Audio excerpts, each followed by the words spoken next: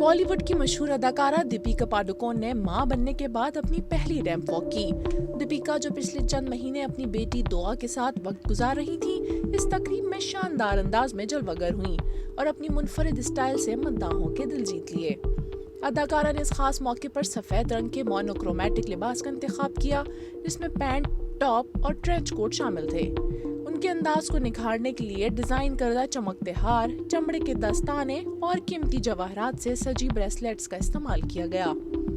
دیپیکا پاڈوکون نے حال ہی میں فلموں فائٹر اور کالکی میں اپنی شاندار اداکاری کے جوہر دکھائے۔ وہ ستمبر 2024 میں شوہر رنویر سنگھ کے ساتھ اپنی بیٹی دعا کی پیدائش کے بعد سے میٹرنٹی بریک پر تھیں اور اپنے آئندہ پروجیکٹس کے حوالے سے تاحال کوئی اعلان نہیں کیا۔ شاندار تقریب میں بالی ووڈ کی مشہور شخصیات نے شرکت کی۔ تقریب کے مہمانوں میں عالیہ بھٹ، سونم کپور، بپاشا باسو، آدتیہ راؤ ہیدری اور ان کے شوہر سدھارتھ اور اننیا پانڈے شامل تھے۔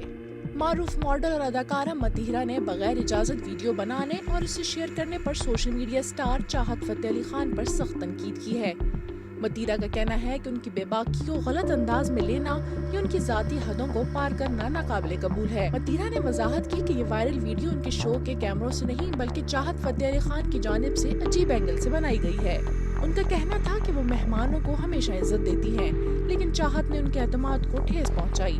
انہوں نے کہا، بولڈ ہونے کا مطلب یہ نہیں کہ کوئی بھی مجھے گلے لگائے یا پشت پر ہاتھ رکھے۔